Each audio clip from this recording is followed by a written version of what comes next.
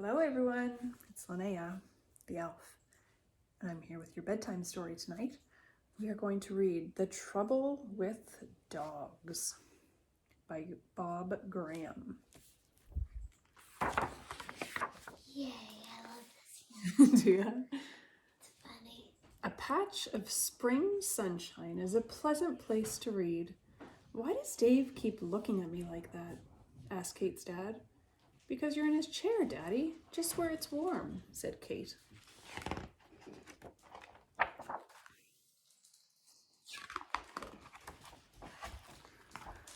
The trouble with dogs, said Dad, is that they take over your life, run the show. What show? Kate asked, then right away forgot her question. Look, she said, when I rub Rosie like this, her foot scratches like this. Interesting, said Dad. Said Mum. And they all gazed in love and admiration at Rosie, brought home from the rescue center 8 months ago. While Rosie was large and soft, as comfortable to lie on as a sofa and endlessly patient, Dave was small and wild. Dave, he's a little guy. He slipped and he slid. He leaped and he skittered. He was take me as you find me, don't care, Dave. He's so exuberant, said Dad. What's that? Kate asked. Excited, said Dad. Joyful, added Mum. And they all gazed at Dave, brought home along with Rosie. Full of the joys of spring, said Mum.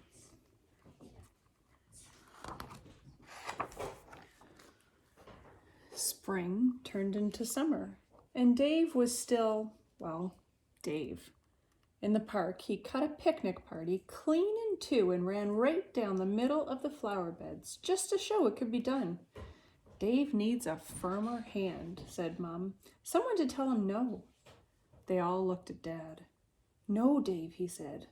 No, Dave, called Mum called a little louder. No, Dave, said Kate, as he jumped up to lick her on the nose.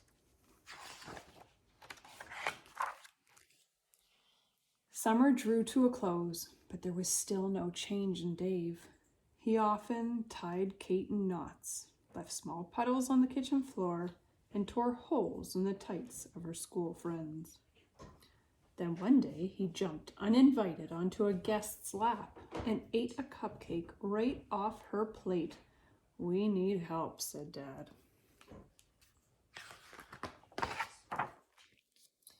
Mom went to the phone book. Look, she said, pup breakers, we tame troublesome beasts. For barkers, biters, breakers, and bumpers, post sniffers, leaping leash tanglers, and small dogs who smell nameless spots in the grass and won't move. We can take the pounce from your pup, the bounce from your bunny, or the squeak from your caged bird, especially for owners so meek and mild that they can't say boo to a grasshopper. That's us, said Dad. Let's call them, said Mom.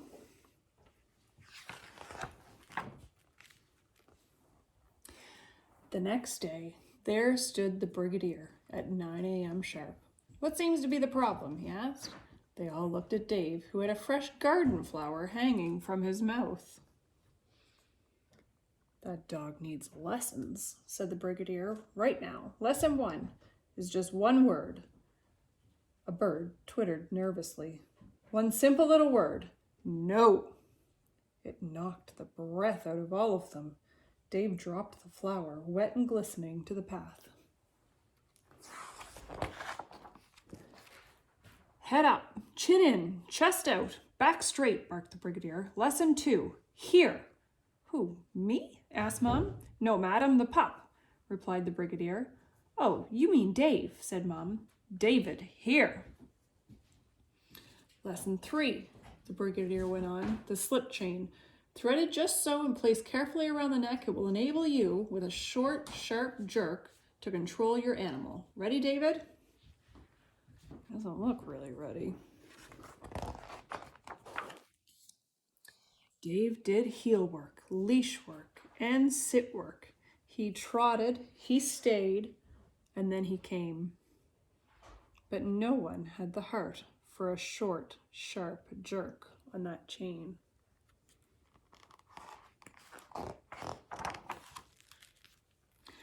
At last, the brigadier said, "We're finished for today. I'll be back next week to polish off the rough edges."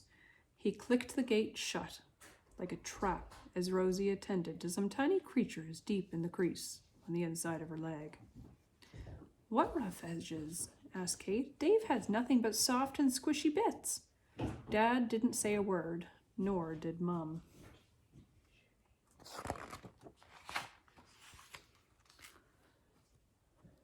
There's little Dave. In the days that followed, a change came over Dave. "The trouble is," said Dad, "he's lost his sparkle." "The trouble is," said Mum, "he's lost his crackle and fizz." "The trouble," said Kate, "is the brigadier's lessons." The next week came around and so did the brigadier. "Let's get started," he shouted. Dave shivered, but he didn't run away. Instead, he tiptoed slowly forward. "He's saying he's glad to see you," said Mom. "To see me?" said the brigadier.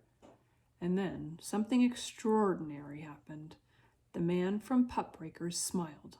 At least Kate thought he smiled. It was difficult to see under his mustache.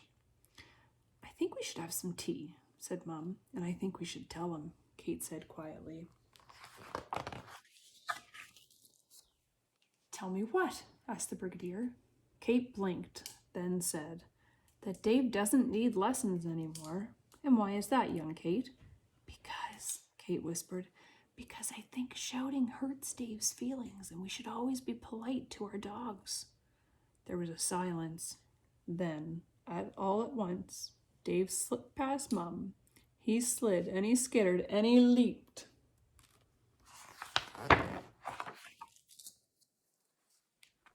Right up onto the brigadier's lap and ate the cupcake off his plate.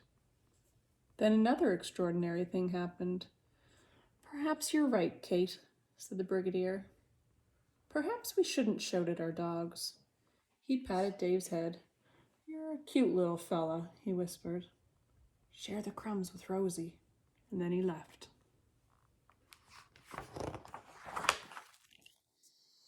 "The real trouble with dogs," said Dad the next day, "is that their ears are so silky. If you lay Dave's ears across your knees and stroke them like this—" "Have you ever done that?" Kate nodded. "Lots," she said. Dave wagged his tail. "All the time," added Mum. Rosie's stomach rumbled. She fell asleep and snored.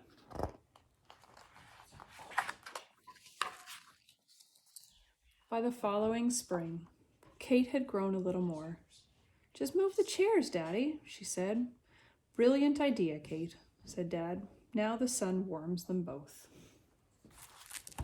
We have a little pup, and I can totally relate to some of these little things that Dave does.